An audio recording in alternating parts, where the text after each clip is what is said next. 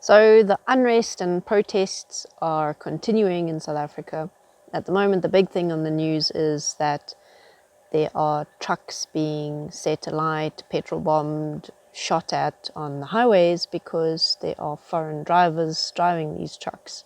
The complaints are that the foreign drivers are undocumented, so they're illegal workers, and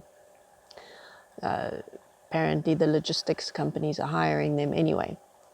So the local South Africans who are unemployed and would like those jobs are angry, and they show their anger by basically just just going pretty batshit all over the place, shooting, petrol bombing, looting, whatever. So yeah, it's pretty crazy. People are going pretty crazy all over the world. It's not just here. I mean, there's weird shit happening everywhere. And the most interesting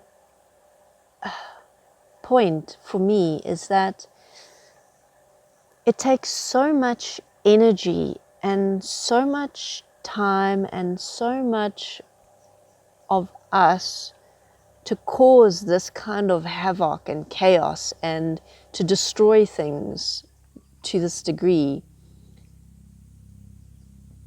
Why are we not focusing that time and energy on more constructive projects?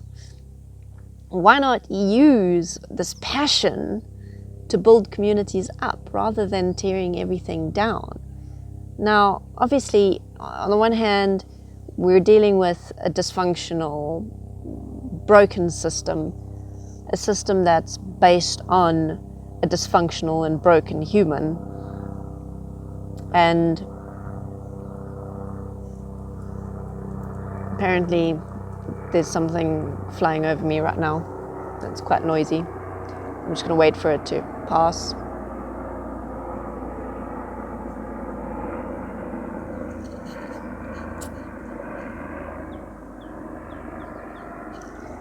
Yeah, there it goes. Oh, look here, there's a dog. Cute. Yeah. All right. So the system is fucked up, but we're fucked up, and we're the ones who made the system. So that makes sense. And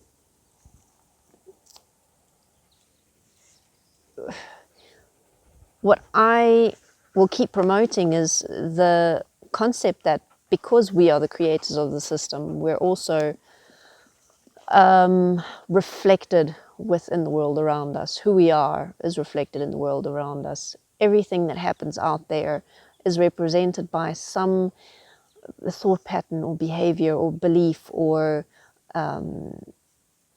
some secret dark part of humanity.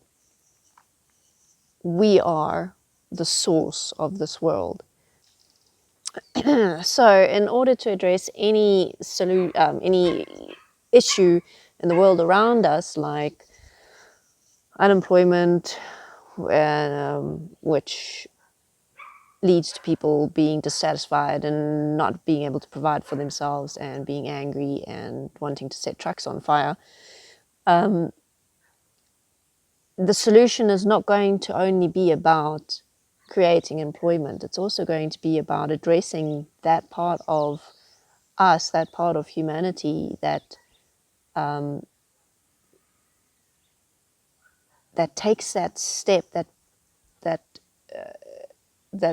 process of thinking that leads to destructive behavior, that leads to being so overwhelmed by emotions and so overwhelmed by that experience of powerlessness and anger that that we lash out, that we break down the things around us, that we break down the people around us, that we start to think about them versus us, that we start turning other people into bad people and start blaming other people rather than taking responsibility for what we can do in our lives, what we can do in our communities. So there's no easy answer, because I mean, if you put yourself in a position of someone who's living in poverty, of someone who doesn't have an education, of someone who doesn't have what they need to have a decent life, it's pretty difficult to see a way out of that without outside help intervening. And, you know, realistically, that's what is going to be needed, is reaching out to those people who are disempowered to help them empower themselves, to give them tools with which to empower themselves, to help build a structure and a society and a system that actually supports them better. So the solution, as the issue is, needs to be interconnected, and it needs to honor that truth that it's humanity, it's us who are the source of everything in this world. Okay, thank you for watching. You're going to see me next time.